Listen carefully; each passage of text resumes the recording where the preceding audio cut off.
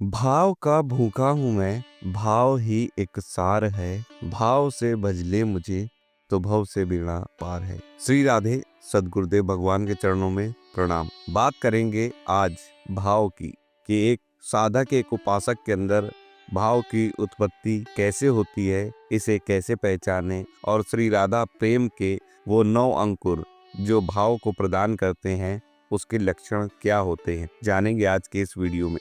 तो अगर आप भी श्री राधा रानी के भक्त हैं, सबसे पहले इस वीडियो को लाइक कर दीजिए, कमेंट में जय श्री राधे कृष्ण जरूर लिख दीजिए। चलिए वीडियो में आगे बढ़ते हैं। लोक परलोक की कामना वासना रूप रजोगुण तमोगुण से रहित शुद्ध सत्व रूप चित्त की प्रेम सूर्य की किरण के समान जो परम उज्ज्वल वृत्ति है और जिसका प्रकाश चित्त को स्निग्ध कर देता है, उसी का नाम भाव है। भाव का ही दूसरा नाम रति यानी प्रेम है। रस की अवस्था में इस भाव का वर्णन 2 प्रकार से किया जाता है, स्थायी भाव और संचारी भाव। इसमें स्थायी भाव भी 2 प्रकार का है, प्रेम अंकुर या भाव और प्रेम। प्रणय आदि प्रेम के ही अंतर्गत है। पीछे जो आपको लक्षण बतलाए गए हैं, यह प्रेम अंकुर नामक भाव के ही लक्षण है। नृत्य गीत आदि सारे अनुभव इसी भाव की चेष्टा या कार्य है।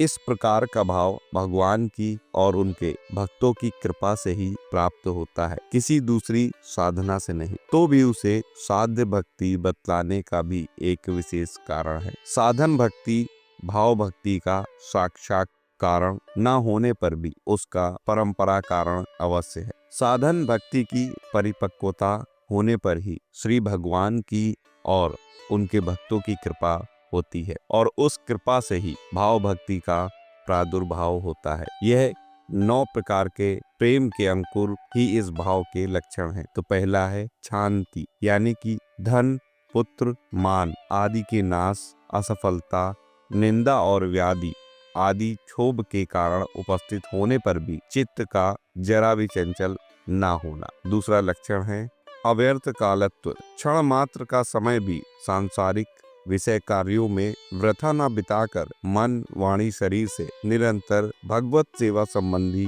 कार्यों में ही लगे रहना। तीसरा विरक्ति, इस लोक के और परलोक के समस्त भोगों से स्वाभाविक ही अरुचि हो जाना। चौथा मान शून्यता, स्वयं उत्तम आचरण विचार और स्थिति से संपन्न होने पर भी मान सम्मान का सर्वथा त्याग करके अधम का भी सम्मान करना। चौथा आशा बंध, भगवान के और भगवत प्रेम के प्राप्त होने की चित्त में दृढ़ और बल मूल आशा। छठा समुत्कंठा, अपने अभीष्ट भगवान की प्राप्ति के लिए अत्यंत प्रबल और अनन्य लालसा। सातवां नाम गान में सदा रुचि, भगवान के मधुर और पवित्र नाम का गान करने की ऐसी स्वभाव की कामना की जिसके कारण नाम गान कभी रुकता ही नहीं और एक एक नाम में अपार आनंद का बोध होता है। आठवां भगवान के गुण कथन में आसक्त, दिन रात भगवान के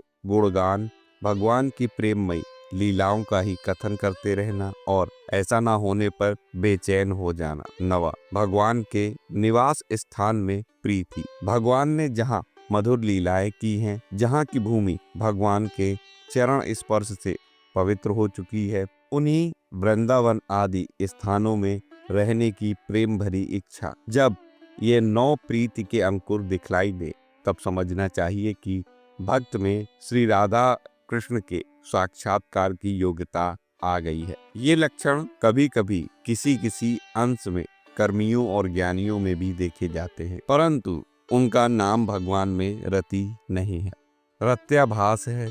रत्याभास भी 2 प्रकार का होता है, प्रतिबिंब रत्याभास और छाया रत्याभास। गदगद भाव और आंसू आदि 2 एक रति के लक्षण हैं। दिखलाई देने पर भी जहाँ भोग की और मोक्ष की इच्छा बनी हुई है वहाँ प्रतिबिंब रत्याभास है और जहाँ भक्तों के संग से कथा कीर्तन आदि के कारण नासमझ मनुष्यों में भी ऐसे लक्षण दिखलाई देते हैं वहाँ छाया रत्याभास है। आगे की वीडियो में हम जानेंगे प्रेम भक्ति के बारे में। ये जानकारी आपको कैसी लगी?